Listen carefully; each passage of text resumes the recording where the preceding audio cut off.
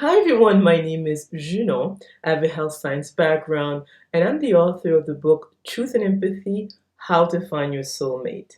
In this video, we're going to be exploring the concept of love.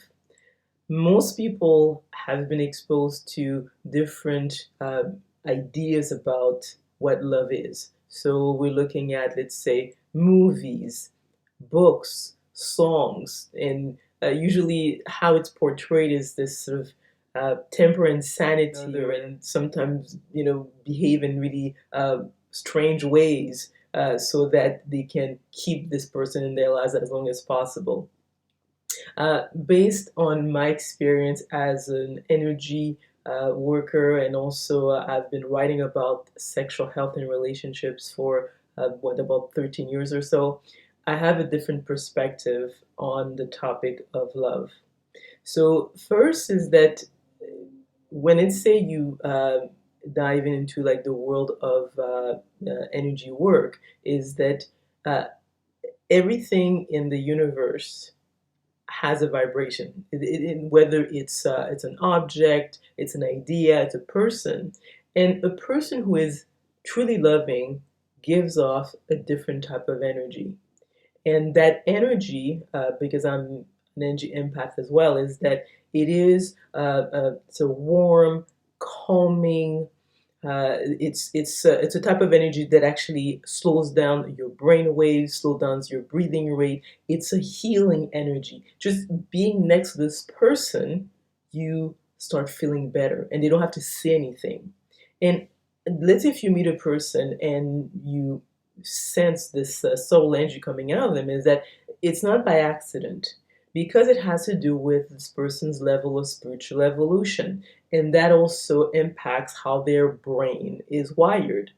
People who are truly loving are right brain dominant, and also their dominant brainwaves is alpha or slower. So it could be like alpha and theta, okay, so in that range. Unfortunately, when you look at the world, about 85% of people have a beta brain of dominance, and most of them are also left brain dominant. So that's why there are so many issues in relationship, because obviously to have a loving long-term relationship, you need two loving people. And if one isn't, long-term, it usually goes belly up. And what happens is that a person who's truly loving, it's not that they're trying hard to behave in a supportive, loving way. It's because they are naturally states of well-being. So when a person has that type of brain configuration of, let's say, right brain dominant, and also have a slow brain, is that they're naturally in a meditative state, and this person produces endorphins. So because the fact that they feel good on a regular basis, now they can focus on somebody else. And what often happens in relationships is that you have two individuals who are basically in lack, so they don't feel good in their skin, and they usually use romantic relationship to actually get a temporary high. So they focus their energy and their focus outwards, uh, hoping that this person is going to make them happy. And usually, obviously, it doesn't work out. So so it's not by accident that we see that many failure, the failure in relationships, especially long term, because obviously most people can fake it for a while, but eventually cracks start showing up. And it's one thing to put up a facade, let's say if you're at work or at school, but if you have to live with this person on a regular basis, eventually the mask is taken off and you realize, well, I'm with someone who's actually very unhappy, and now they're probably going to use different means to just cope.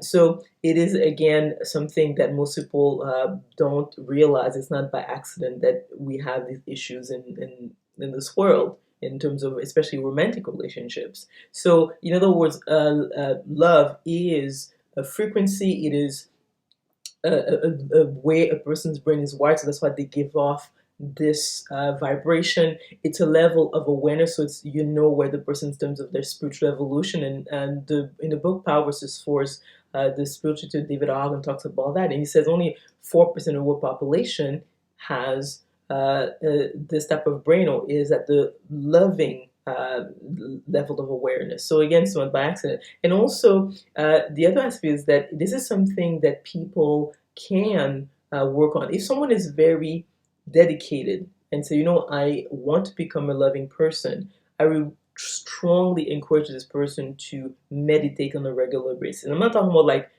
meditating 10 minutes, once every couple of days. I mean, this is something that should be mandatory, because most people who have a beta brain dominance, and also a large part of the population are left brain dominant. So if you take this person and you put them in a chronically stressed environment, and that's when people live in. So in other words, you get stressed. You're going to work. At work itself, you don't get proper sleep, not proper nutrition. You're not exercising enough, and you're not meditating. Well, this is a perfect recipe for disaster. So to be loving, you have to become healthy yourself. You have to become emotionally, spiritual healthy, so that you are ready to be in a romantic relationship.